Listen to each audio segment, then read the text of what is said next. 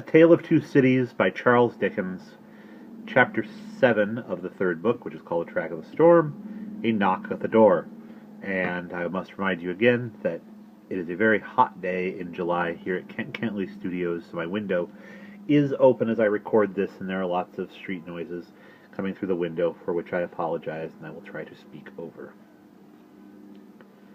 I have saved him. It was not another of the dreams in which he had often come back. He was really here, and yet his wife trembled, and a vague but heavy fear was upon her. All the air around was so thick and dark. The people were so passionately revengeful and fitful. The innocent were so constantly put to death on vague suspicion and black malice. It was so impossible to forget that many as blameless as her husband, and as dear to others as he was to her, every day shared the fate from which he had been clutched, that her heart could not be as lightened of its load as she felt it ought to be. The shadows of the wintry afternoon were beginning to fall, and even now the dreadful carts were rolling through the streets. Her mind pursued them, looking for him among the condemned, and then she clung closer to his real presence and trembled more. Her father, cheering her, showed a compassionate superiority to this woman's weakness, which was wonderful to see. No garret, no shoemaking, no 105 North Tower now. He had accomplished the task he had set himself. His promise was redeemed. He had saved Charles. Let them all lean upon him.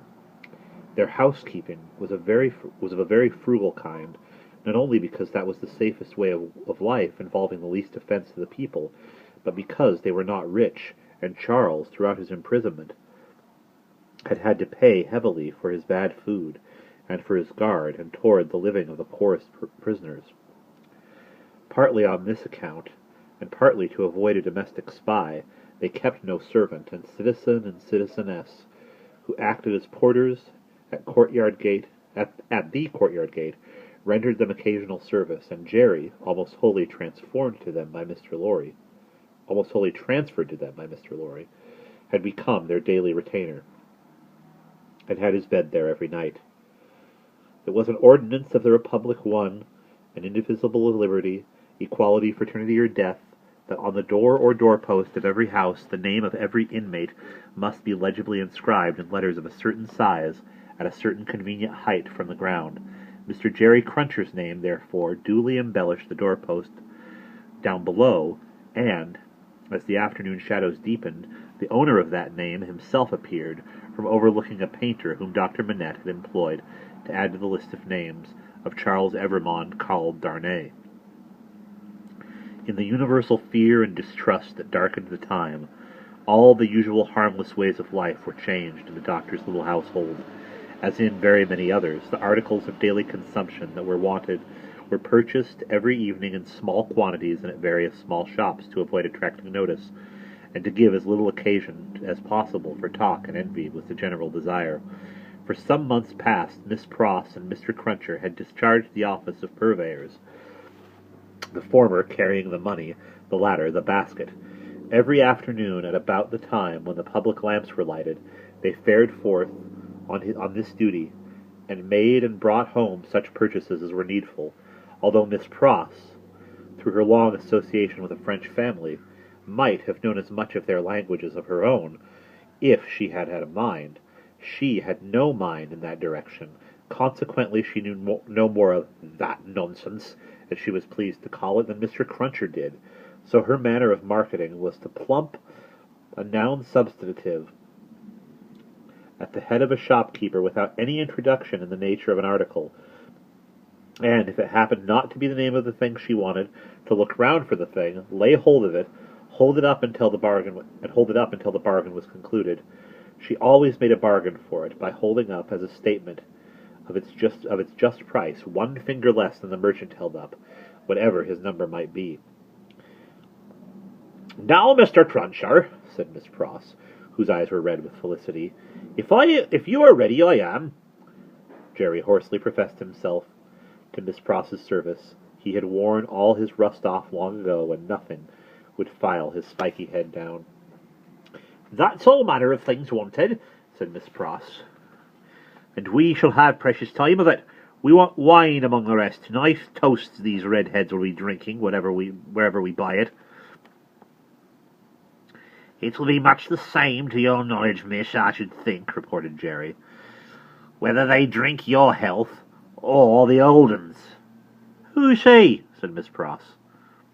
Mr. Cruncher, with some diffidence, explained, himself as meaning, Old Nix. Oh, said Miss Pross. It doesn't need an interpreter to explain the meaning of these creatures. They have but one, and it's midnight murder and mischief. Oh dear, pray, be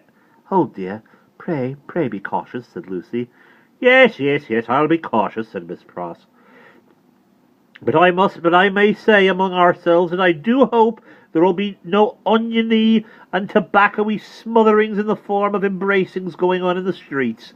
Now, Ladybird, never you stir from the fire till I come back.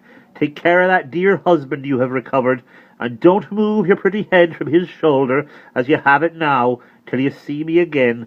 May I ask a question, Dr. Manette, before I go? I think you may take that liberty, the doctor answered, smiling. For gracious sakes, don't talk about liberty.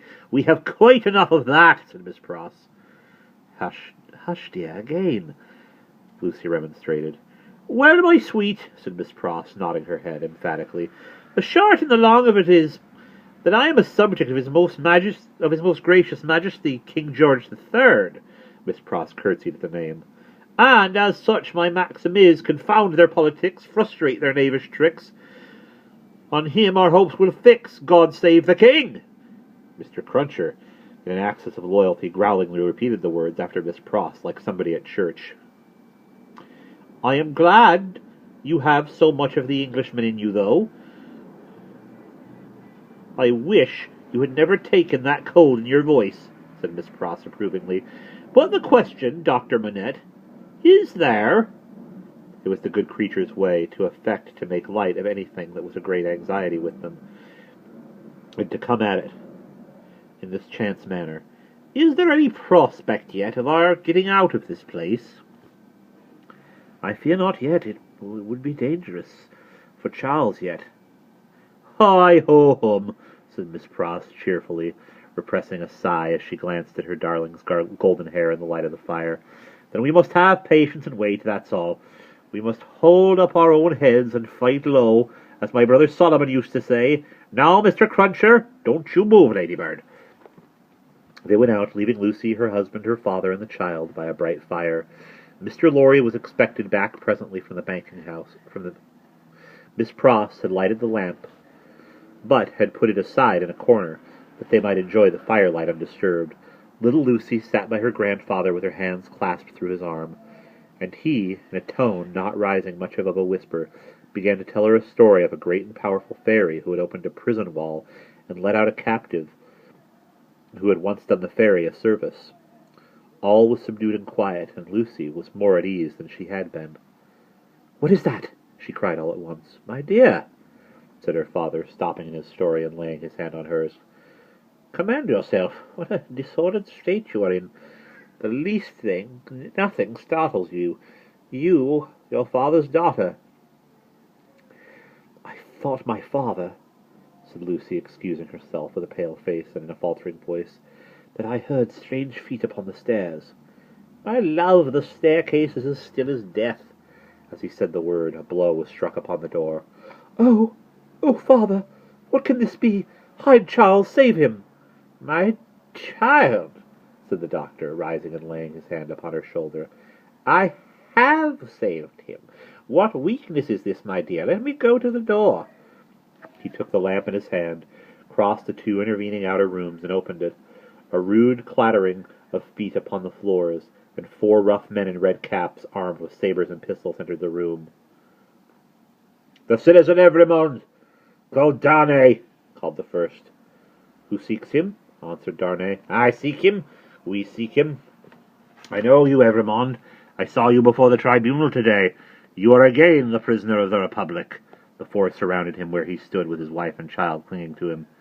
"Tell me how and why I am again a prisoner." "It is enough that you return straight to the consigliere, and will know tomorrow. You are summoned for tomorrow. Dr. Manette, whom this visitation had so turned into stone that he stood with the lamp in his hand, as if he were a statue made to hold it, moved after these words were spoken, put the lamp down, and, confronting the speaker, and taking him not ungently by the loose front of his red woolen shirt, said, "You know him? You have said, do you know me?" "Yes, I know you, citizen doctor." "We all know you, citizen doctor," said the other three. He looked abstractedly from one to another, and said in a lower voice after a pause, "Will you answer his question for me? How does this happen?" "Citizen doctor," said the first reluctantly, "it has been denounced to the section of Saint Antoine. This citizen," pointing out the second who had entered, "is from Saint Antoine." The citizen here indicated nodded his head and added, "He is accused by Saint Antoine." "Of what?" asked the doctor. "Citizen doctor," said the first, with his former reluctance, "ask no more. If the Republic demands sacrifice from him, without doubt, you, as a good patriot, will be happy to make them. The Republic goes before all. The people is supreme. Every monde, we are pressed." "One word," the doctor entreated. "Will you tell me who denounced him?" "It is against the rule," answered the first. "But you can ask him of Saint Antoine here." The doctor turned his eyes upon that man, who moved uneasily on his feet, pulled his beard a little, and at length said, "Well, truly it is against the rule, but he is denounced, and gravely, by citizen and citizeness Defarge, and by one another." "What? And by one other? What other?" "Do you ask, citizen doctor?" "Yes." "Then," said he of Saint Antoine, with a strange look, "you will be answered tomorrow. Now I am dumb." And that is the end of chapter 7.